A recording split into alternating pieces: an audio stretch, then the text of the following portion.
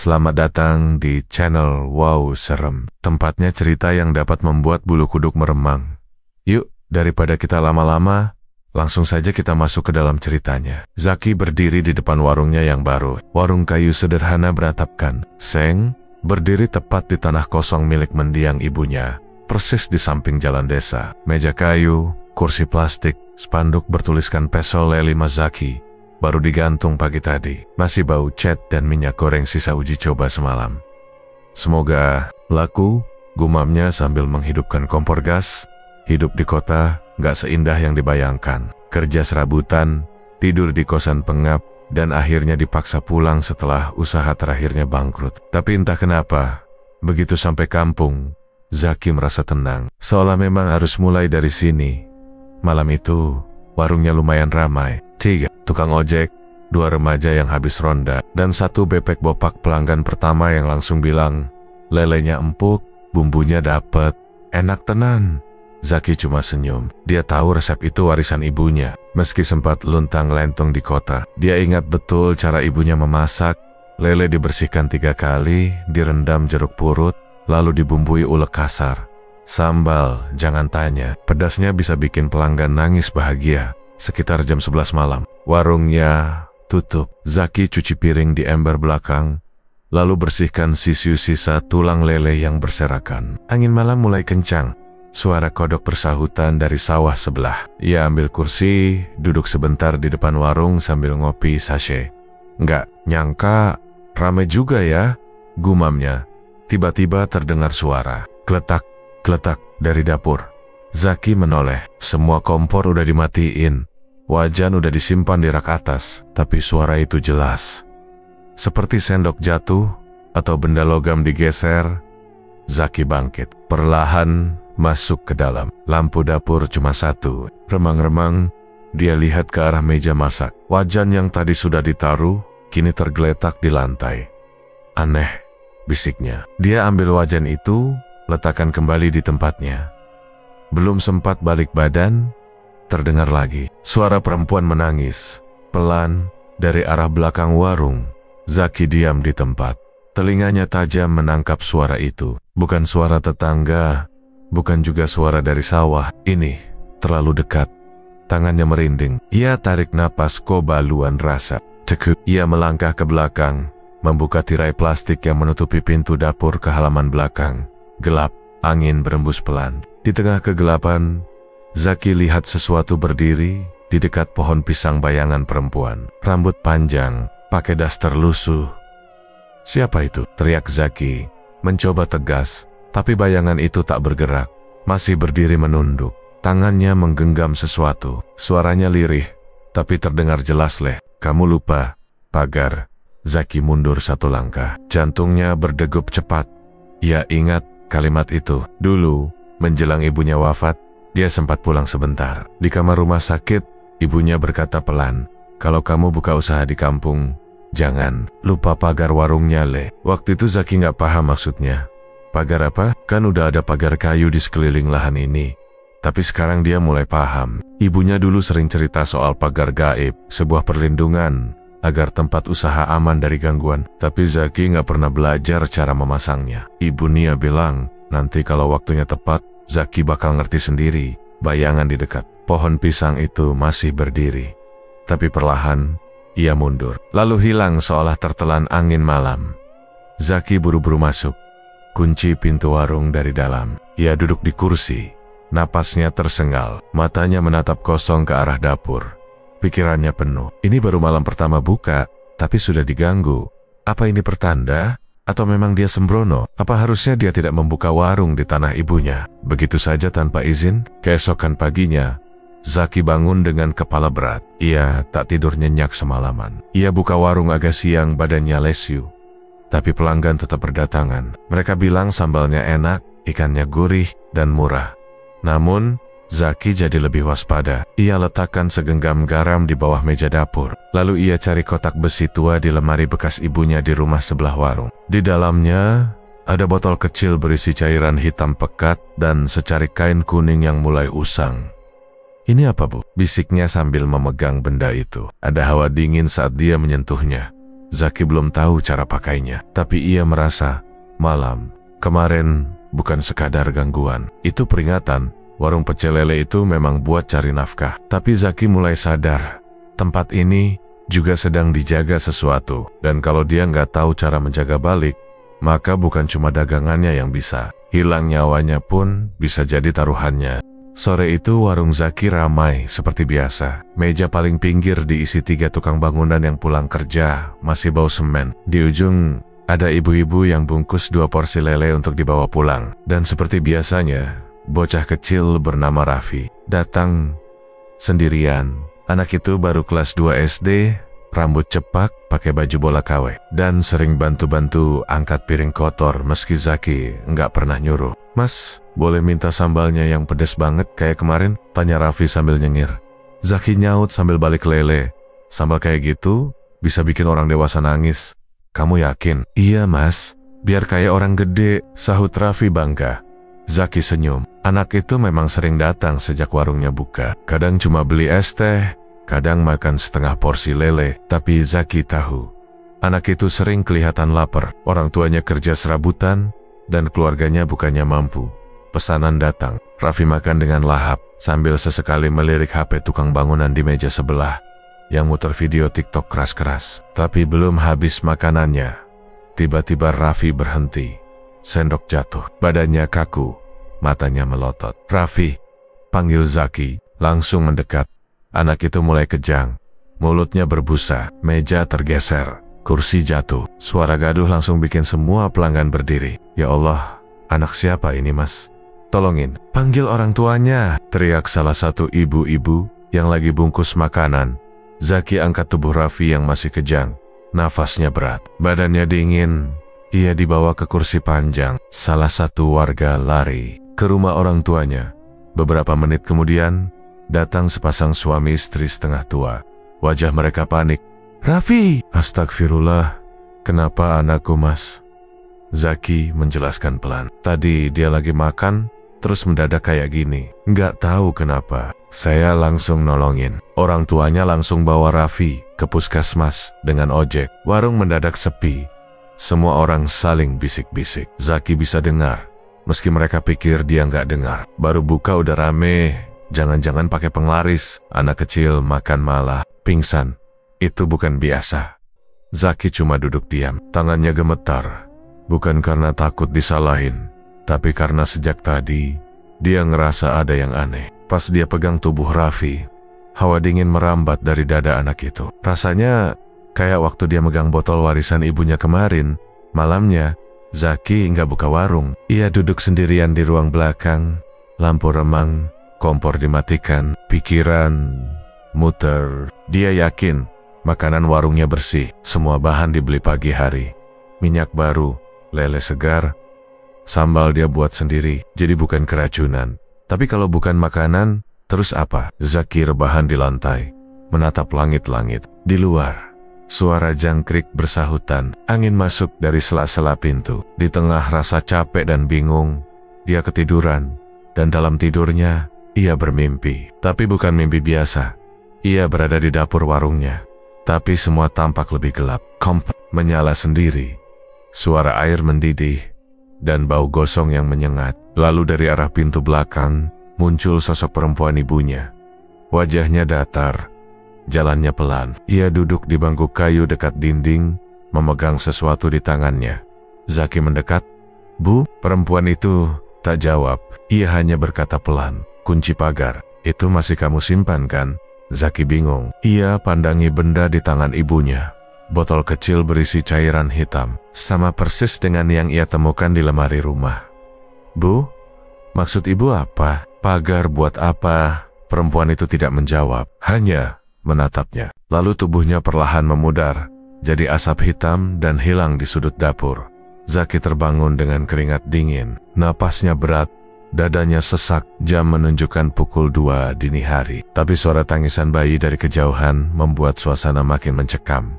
Ia berdiri, buka lemari tua di ruang tengah. Di sana, botol kecil itu masih ada, tapi sekarang baunya tampak berembun, seolah baru saja dipegang seseorang. Zaki duduk, menatap botol itu lama. Kalau ini yang disebut kunci pagar, berarti ada sesuatu yang belum ia lakukan. Dan kalau mimpi tadi memang dari ibunya, berarti masalah ini bukan kebetulan. Ia teringat Raffi, anak kecil polos yang cuma mau makan sambal pedas, sekarang terbaring di puskesmas tanpa sebab jelas. Warga boleh saja curiga, tapi Zaki yakin ini bukan soal warung, bukan soal makanan, ini soal sesuatu yang jauh lebih gelap.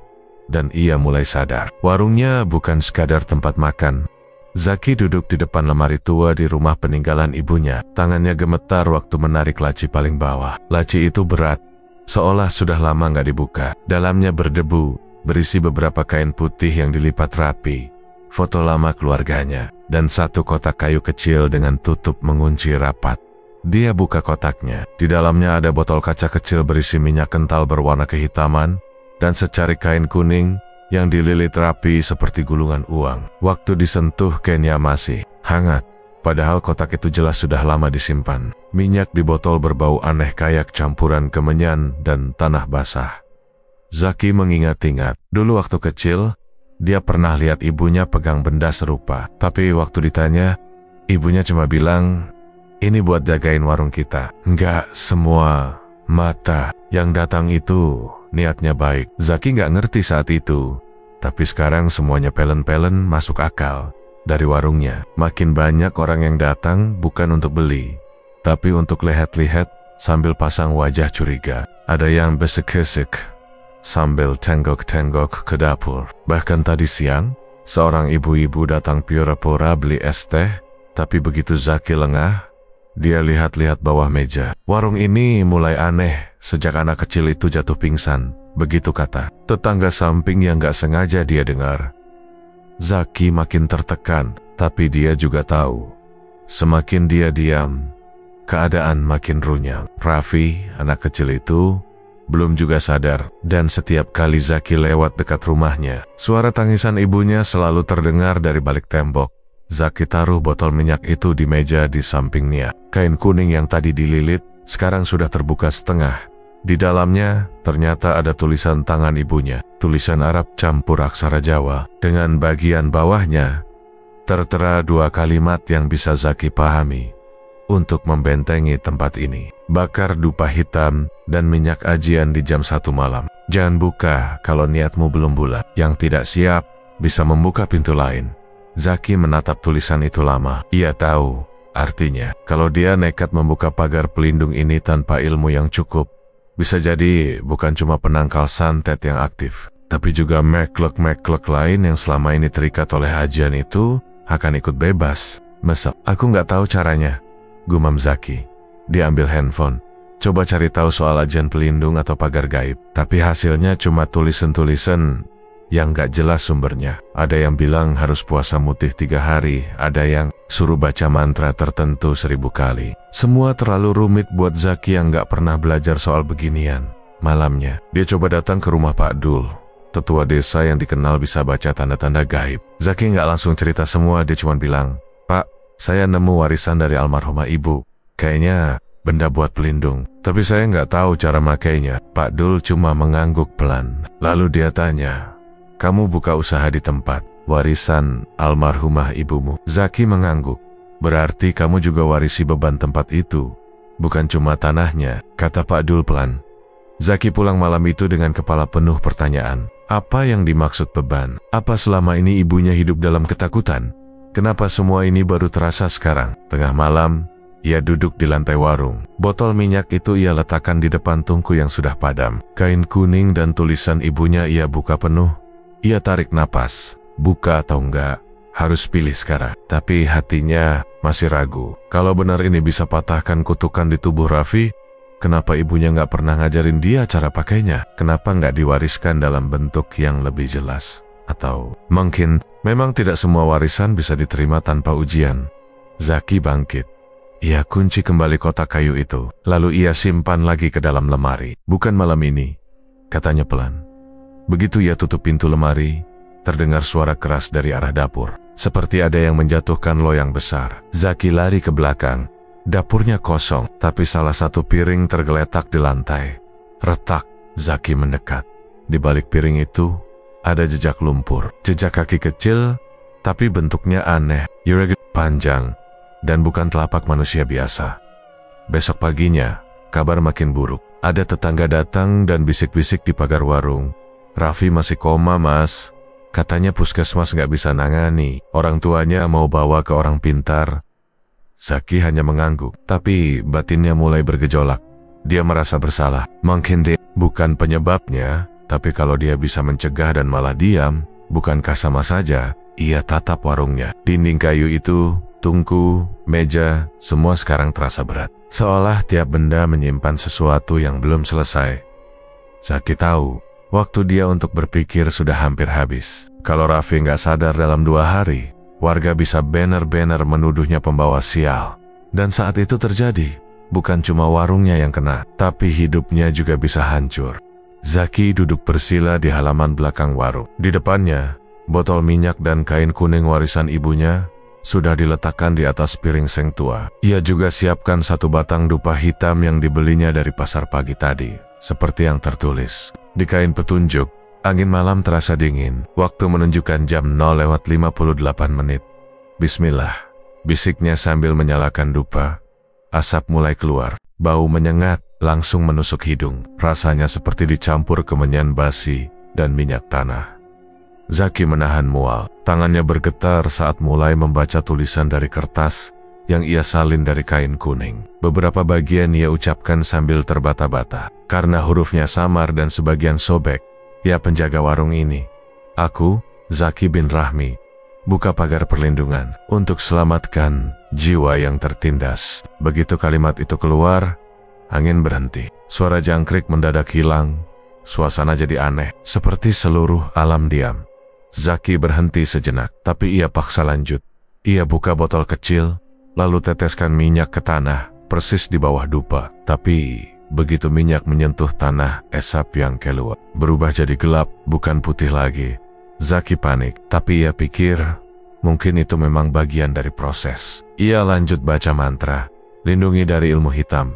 Pagar pelindung dibuka. Tiba-tiba, dupa padam sendiri. Asap hilang. Angin kembali berembus. Tapi sekarang dinginnya lain, kayak hembusan dari dalam sumur. Zaki berdiri, tenggorokannya kering. Ia lihat ke sekitar halaman, sepi. Tapi ketika ia menoleh ke dapur lewat celah pintu belakang, dia lihat ada sesuatu berdiri di pojok ruangan. Bayangan hitam, tinggi, diam, nggak bergerak. Matanya menyipit, badannya kaku. Bayangan itu nggak punya wajah, tapi Zaki bisa ngerasa makhluk itu sedang melihatnya balik. Tatapan kosong, tapi berat. Rasanya seperti ditusuk dari dalam. Zaki coba melangkah masuk ke dapur, tapi baru 1 langkah, botol minyak di belakangnya pecah sendiri. Kaca berhamburan, minyak tumpah ke tanah, dan tiba-tiba semua lampu warung padam. Gelap gulita. Suara aneh muncul, bukan suara manusia, bukan juga hewan. Lebih mirip bisikan, tapi bergaung. Sudah lama, aku menunggu. Zaki mundur pelan-pelan. Napas terengah, keringat dingin mengucur dari pelipis. Ia meraba-raba dinding, cari saklar lampu dapur. Begitu ketemu dan dipencet, lampu kembali menyala. Tapi cuma beberapa detik. Sebelum meletup dan pecah, Zaki lari ke warung depan, ambil senter dari bawah meja. Begitu sorot senter mengarah ke dapur, bayangan itu sudah nggak ada. Tapi suasana warung masih dingin. Bau amis bercampur asap terbakar masih terasa di udara. Zaki terduduk di lantai, lemas. Ia sadar, ritualnya gagal. Bukan pagar pelindung yang terbuka, tapi sebaliknya pintu ke entitas lain yang selama ini terkunci, justru terbuka. Ia ingat peringatan di kain kuning. Jangan buka kalau niatmu belum bulat. Dan dia memang ragu. Ia baca mantra setengah percaya. Belum puasa, belum minta izin. Siapapun, cuma nekat karena panik dan tekanan warga. Hampir sejam ia diam di depan warung, tidak berani masuk lagi. Sampai akhirnya, ia dengar suara gaduh dari kandang ayam sebelah dapur. Krak, kraak. Zaki refleks menyorot ke arah suara. Kandang ayam terbuka. Beberapa ayam tergeletak, lehernya bengkok, matanya membelalak. Ia mendekat dengan senter. 4 ayam mati. 1 lagi masih megap-megap, seperti dicekik sesuatu yang tak terlihat. Zaki, cepat-cepat ambil ayam yang masih hidup, simpan di kardus. Yang lain ia tutupi dengan karung goni. Dini hari itu, Zaki nggak tidur. Ia duduk di tangga warung sambil pegang senter, jaga-jaga kalau makhluk tadi muncul lagi. Tapi sampai azan subuh, suasana tetap senyap. Hanya sisa angin dingin dan jejak lumpur aneh di dekat tungku dapur. Besok paginya, warung itu tampak berantakan. Kursi nggak tertata, beberapa peralatan dapur berserakan. Zaki coba membereskan semampunya. Tapi yang datang pertama justru bukan pembeli, melainkan Bu Ratna, tetangga 2 rumah dari warung. Mau nanya aja Mas Zaki, ayam saya 2 ekor hilang semalam, nggak tahu kemana. Lihat nggak? Zaki gelagapan. Wah, saya kurang tahu Bu, tadi pagi juga ayam saya ada yang mati. Mungkin ada binatang liar? Bu Ratna cuma mengangguk pelan, tapi tatapannya curiga. Beberapa menit kemudian, 2 pelanggan langganan datang. Tapi setelah lihat warung sepi dan Zaki tampak lesu, mereka cuma tanya, masih jualan Mas? Zaki mengangguk, tapi mereka berlalu. Nenci aja deh, kata salah satunya. Hari itu, tak satu pun pelanggan beli makanan. Warung yang biasanya ramai sejak sore, kini kosong sampai malam. Zaki duduk sendirian. Ia tahu kenapa semua ini terjadi. Apa yang dilepaskannya malam tadi bukan pagar pelindung, tapi makhluk yang seharusnya tetap dikurung. Dan sekarang, bukan cuma Raffi yang dalam bahaya. Warung ini sudah berubah jadi tempat terbuka untuk sesuatu yang tidak seharusnya bebas. Zaki nggak bisa diam lagi. Setelah kejadian malam itu, ayam mati dan warung sepi total. Dia sadar semua ini nggak bisa selesai dengan nekat. Harus ada yang dia cari tahu, harus ada yang bantu. Siangnya, setelah beresin sedikit dapur yang masih acak-acakan, Zaki nekat ke rumah Mbah Kromo, orang tua yang katanya dulu sahabat ibunya semasa hidup. Rumah Mbah Kromo ada di ujung desa, agak masuk ke belakang sawah. Rumah kayu, pekarangan luas, dan selalu ada bau menyan dari dalam. Begitu Zaki sampai, Mbah Kromo lagi duduk di teras, nyirih, pakai sarung, kaos kutang, dan peci miring. Matanya tajam walau sudah keriput. Zaki tuh, anak si Rahmi ya? Sapa Mbah Kromo tanpa nanya siapa dia. Zaki langsung duduk di dingklik depan, ngangguk pelan. Iya Mbah, ini aku, udah pulang ke kampung. Mbah Kromo manggut-manggut. Ibumu orang kuat, warungnya dulu juga sering diganggu. Tapi dia tahu cara jaga. Kamu belum tahu ya? Zaki narik napas panjang. Aku nemu warisan beliau Mbah. Botol minyak sama kain kuning. Oku koba pake. Tapi salah langkah. Malah kayak manggil makhluk lain. Mbah Kromo diam. Matanya mantap mengarah ke Zaki. Lalu dia bilang, kamu bukan salah. Kamu cuma belum ngerti siapa musuhmu. Zaki ngangguk pelan. Aku pengen tahu Mbah. Ini semua soal Raffi. Anak kecil yang sering makan di warungku. Sejak dia pingsan, semuanya jadi kacau. Warga curiga aku bawa sial. Padahal aku yakin, dia yang diserang, bukan aku. Mbah Kromo berdiri, jalan pelan ke dalam rumah. Tak lama, dia keluar lagi bawa 1 map plastik lusuh dan selembar foto tua. Foto itu warnanya pudar. Isinya 6 orang berdiri di depan bangunan kayu. Salah satunya perempuan muda yang mirip almarhumah ibunya. Tapi Zaki nggak kenal yang lain. Kamu tahu ini siapa? Tanya Mbah Kromo sambil menunjuk foto. Zaki geleng. Itu ibumu, dan yang berdiri di tengah itu namanya Mbah Rengganis. Dukun tua zaman Belanda. Orang sini dulu panggil dia Ibu Ilmu. Dia pelihara banyak murid, termasuk ibumu. Zaki mulai merapatkan duduknya. Tapi suatu hari, lanjut Mbah Kromo, ada satu keluarga di kampung ini yang ngaduin Mbah Rengganis ke polisi Belanda. Katanya ngajari ilmu hitam, bikin warga takut. Padahal aslinya mereka iri karena Mbah Rengganis dihormati dan bisa ngobatin penyakit yang gak bisa disembuhin mantri. Zaki menelan ludah. Keluarga yang ngadu itu akhirnya selamat. Tapi Mbah Rengganis ditangkap, disiksa, dan hilang entah kemana. Sebelum pergi, dia tinggalin 1 kalimat di rumahnya. Pengkhianatku akan kubalas lewat darah mereka sendiri. Zaki ngerasa bulu kuduknya berdiri. Maksudnya, santet itu diturunkan ke keturunannya Mbah Kromo ngangguk. Iya, dan sekarang giliran kutukan itu sampai ke Raffi. Dia cicit dari pengkhianat itu. Dulu ibumu pernah bantu jaga garis keturunan itu. biar aman. Makanya dia jaga warungnya pakai pagar gaib. Tapi, sekarang, kamu yang warisi tugas itu. Zaki memejamkan mata sebentar. Tapi, aku belum sanggup. Malam itu aja, waktu coba buka pagar, aku malah diserang. Aku takut makin parah. Mbah Kromo pelen-pelen berdiri. Ia masuk ke rumah, lalu balik lagi bawa mangkuk tanah liat berisi air bening. Nih, coba kamu lihat ke air ini. Zaki nurut. Dia lihat ke mangkuk. Awalnya cuma pantulan wajahnya sendiri, tapi lama-lama bayangan berubah. Terlihat sosok Raffi terbaring di ranjang puskesmas, matanya kosong, mulutnya sedikit terbuka. Tiba-tiba dari balik tirai muncul bayangan hitam yang sama dengan yang Zaki lihat malam itu. Tinggi, kurus, tak punya wajah, berdiri di belakang Raffi, kayak jagain. Zaki langsung mundur dari mangkuk itu. Itu makhluk yang aku lihat. Mbah Kromo mengangguk. Wajahnya serius. Itu bukan penjaga. Itu penagih kutukan. Makhluk itu tugasnya menjemput anak-anak yang masuk giliran. Tapi selama pagar pelindung aktif, dia nggak bisa masuk. Sekarang pagarnya rusak. Dan cuma kamu yang bisa perbaiki. Zaki geleng-geleng pelan. Mbah, aku bukan orang pintar. Aku yang bisa baca mantra, nggak bisa buka pagar. Yang aku tahu cuma goreng lele sama sambal. Mbah Kromo tersenyum kecil, tapi matanya masih tajam. Kamu nggak perlu jadi dukun, Ki. Kamu cuma perlu jadi anak yang benar. Ilmu ibumu itu nggak cuma mantra, tapi niat nolong orang, niat jagain yang lemah. Itu kunci utama pagar itu. Kalau niatmu cuma buat ngusir makhluk, dia nggak bakal kerja. Tapi kalau niatmu buat nyelamatin nyawa, baru pagar itu terbuka. Zaki diam. Matanya mulai basah. Bukan karena takut, tapi karena baru sekarang dia benar-benar merasa mewarisi sesuatu. Bukan cuma resep sambal dan wajan butut, tapi tanggung jawab. Kalau aku siap, Mbah. Gimana mulainya? Mbah Kromo mengangguk pelan. Besok malam, kamu datang ke sini lagi. Bawa sisa minyak yang kamu punya. Kita mulai dari awal. Tapi kali ini, dengan niat yang jelas. Zaki, ia cium tangan Mbah Kromo, lalu pamit pulang.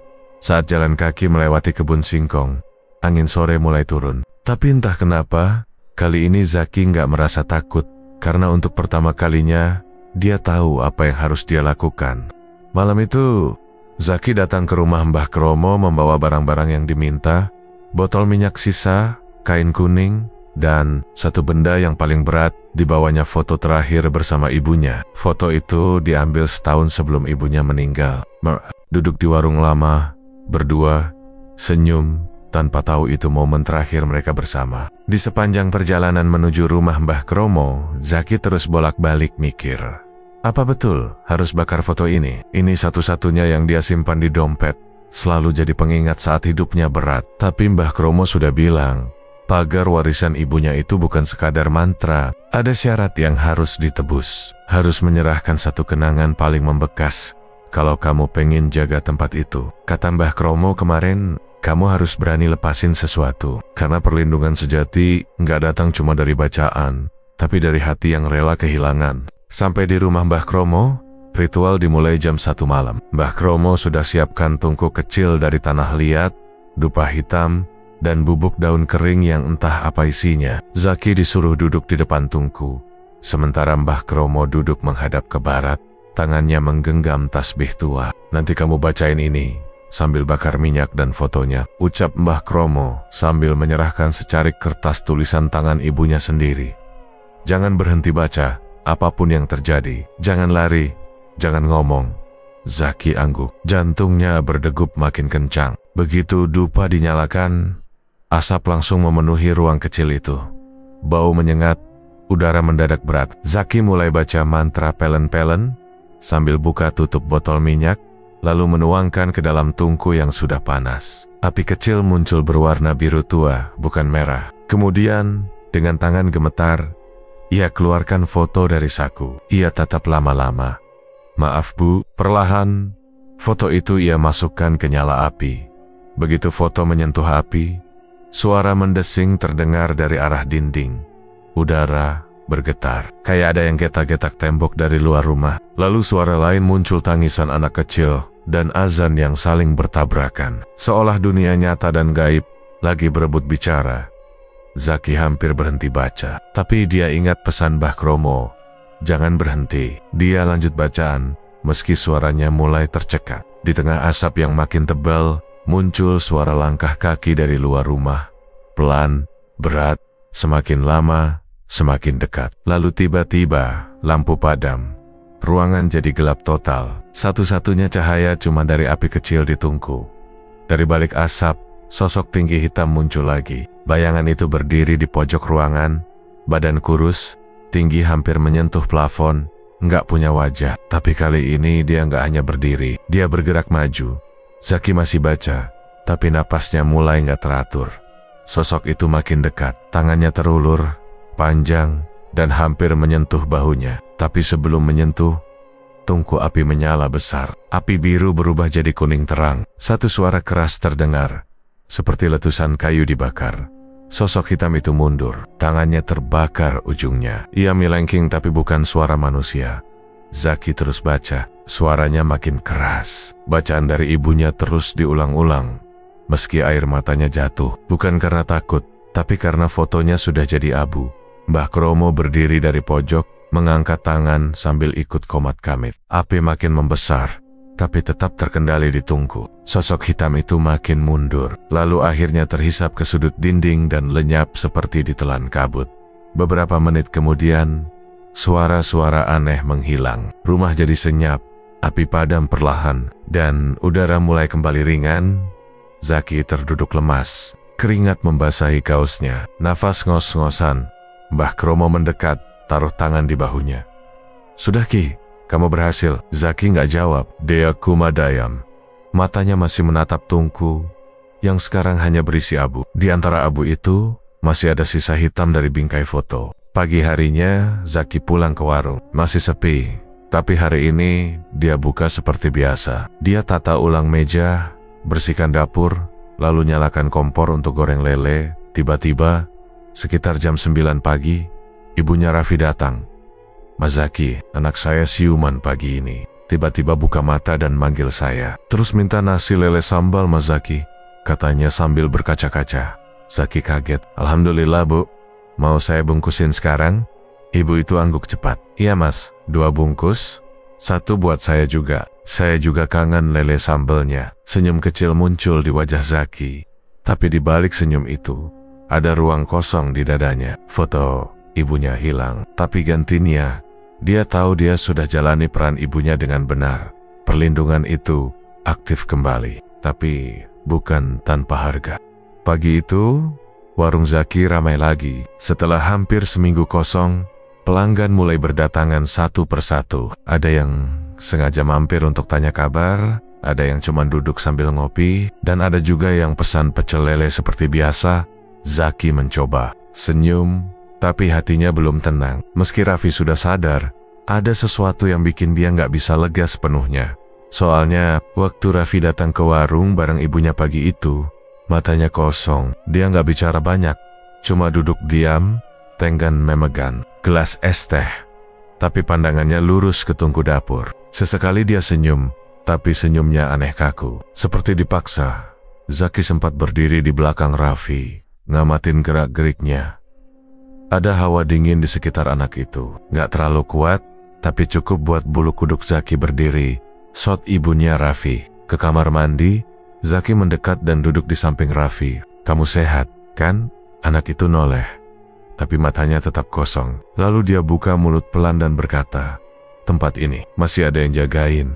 Suaranya bukan seperti anak-anak. Nada bicaranya dalam, datar, bikin tengkuk Zaki langsung dingin. "Siapa?" "Yang?" tanya Zaki pelan. Raffi cuma senyum tipis, lalu bilang, "Ibu kamu pulang malam ini." Zaki langsung merinding. Raffi nggak bilang apa-apa lagi. Begitu ibunya keluar, dia balik ceria seperti biasa. Tapi Zaki tahu anak itu belum benar-benar sembuh. Masih ada yang menempel. Malamnya, sekitar jam 11, Zaki menutup warung lebih cepat. Pelanggan sudah habis. Ia cuci piring terakhir di dapur, lalu duduk sebentar di kursi dekat tungku, ngelap tangan pakai kain bekas. Lampu dapur redup, kumas 1 bolam 10 watt yang tergantung dari lengket-lengket. Angin dari luar mulai masuk lewat jendela kecil, dingin, lebih dingin dari biasanya. Tiba-tiba, Zaki dengar suara langkah pelan dari ruang depan. Padahal, pintu sudah dikunci. Dia berdiri pelan-pelan intip ke arah meja pelanggan. Kosong, tapi sendok di atas meja bergerak sendiri. Seperti ada yang mendorong. Zaki mundur, napasnya mulai berat. Lalu, dari arah pojok dapur, muncul bayangan. Bayangan itu tumbuh dari lantai, membentuk sosok manusia pelan-pelan. Wujudnya perempuan, berambut panjang, pakai daster putih. Tapi wajahnya belum terlihat jelas. Zaki kaget, tapi nggak langsung panik. Dia ingat pesan Mbah Kromo. Kalau bayangan itu muncul lagi, jangan langsung lari. Hadapi. Bacaan dari ibunya sudah dia hafal. Tapi sebelum dia sempat baca, sosok itu berjalan pelan ke arah tungku lalu berhenti dan menoleh ke Zaki. Wajahnya mulai terlihat. Wajah itu, wajah ibunya. Tapi aneh, matanya hitam semua. Tanpa bola mata, bibirnya robek sampai ke pipi. Dan dari dalam mulutnya keluar ratusan jarum kecil seperti bulu landak, tapi tajam dan berdarah. Zaki langsung gemetar. "Bukan ibu! Kamu bukan ibu!" teriaknya sambil mundur. Sosok itu nggak menjawab, cuma jalan pelan ke arahnya. Zaki buru-buru ambil kain kuning yang dia simpan di dapur, lalu mulai membaca doa pelindung sambil menggenggam kain itu erat. Sosok perempuan itu berhenti, jarum-jarum di mulutnya bergetar. Lalu, terdengar suara berat, seperti dua suara yang tumpang tindih. "Kau buka pintu, sekarang biarkan aku tinggal," Zaki teriak. "Kalau kau bisa nyamar jadi ibu, kenapa nggak dari dulu?" Kenapa sekarang makhluk itu senyum? Tapi senyumnya bukan buat menenangkan, justru bikin makin takut. "Karena kau sekarang lemah," Zaki terus baca doa. Tangannya gemetar, tapi bacaannya makin lantang. "Ia ingut kata-kata Mbah Kromo, makhluk kayak gini cuma bisa diusir. Kalau kamu yakin kamu punya hak atas tempat itu." Zaki nekat berdiri, melangkah maju. "Tempat ini warisan ibuku, bukan milikmu. Pergi sekarang, atau aku bakar tubuhmu kayak aku bakar fotonya." Makhluk itu berhenti. Jarum di mulutnya mulai rontok satu persatu. Wajahnya berubah dari wajah ibunya jadi wajah yang lebih rusak. Seperti mayat busuk, kulitnya terkelupas, matanya keluar, dan tubuhnya mulai hancur. Pelen-pelen jadi debu hitam. Satu tiupan angin masuk dari celah jendela. Makhluk itu menghilang. Zaki terduduk di lantai. Nafasnya ngos-ngosan, dada sesak. Tapi kali ini warungnya kembali tenang. Gak ada suara aneh, gak ada hawa dingin, hanya diam, seperti baru selesai perang. Keesokan paginya, kabar menyebar. Warga lihat asap hitam keluar dari cerobong warung Zaki semalam. Tapi gak ada api. Beberapa tetangga mulai bisik-bisik. Tapi bukan yang negatif. Justru banyak yang bilang, "Mas Zaki kayaknya orang pilihan. Bisa nolong anak kecil, bisa jagain warung sendiri." Raffi datang lagi sore harinya. Kali ini, dia senyum seperti anak-anak pada umumnya. Matanya nggak kosong. Dia lari-lari kecil di halaman warung. Bahkan minta tambah sambal 2 kali. Zaki memperhatikannya dari dapur. Matanya berkokoka.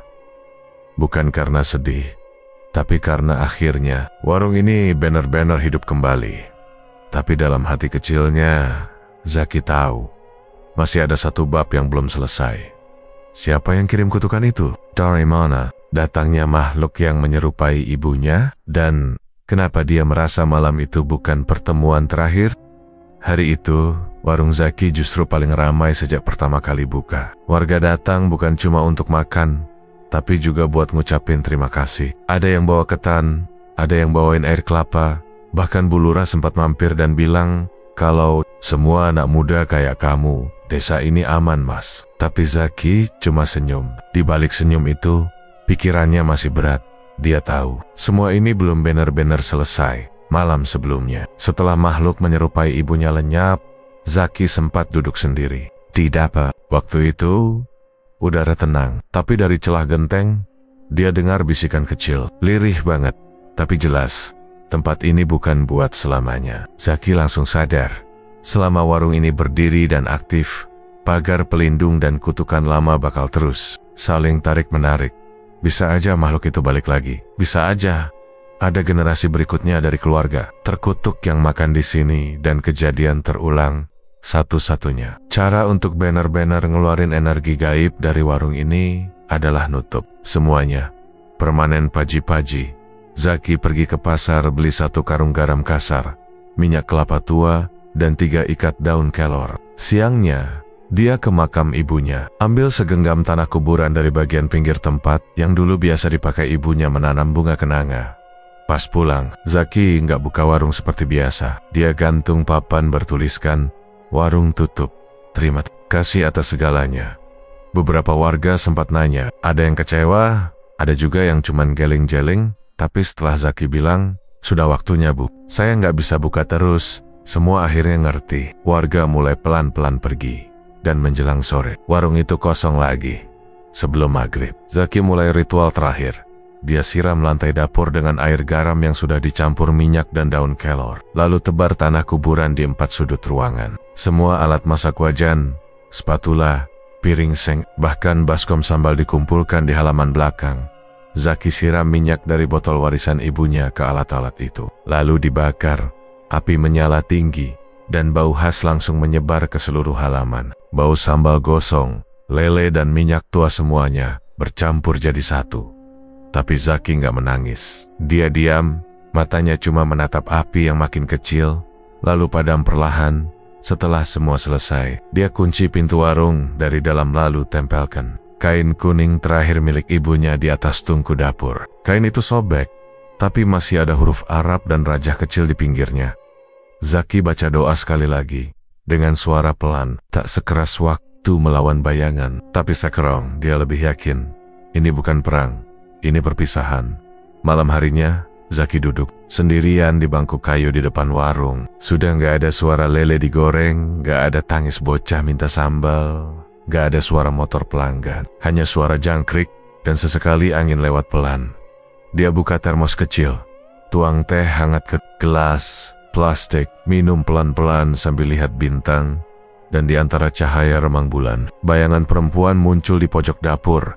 Zaki nggak kaget, nggak lari, dia tahu siapa itu. Ibunya. Bukan arwah menyeramkan, bukan bayangan gelap tinggi besar, tapi kurus sederhana dengan senyum hangat, pakai daster dan selendang biru persis, seperti saat masih hidup. Dia berdiri di situ, tangan di depan dada senum ke Zaki. Pelan-pelan berdiri dan melangkah ke arah dapur. "Bu," bisiknya.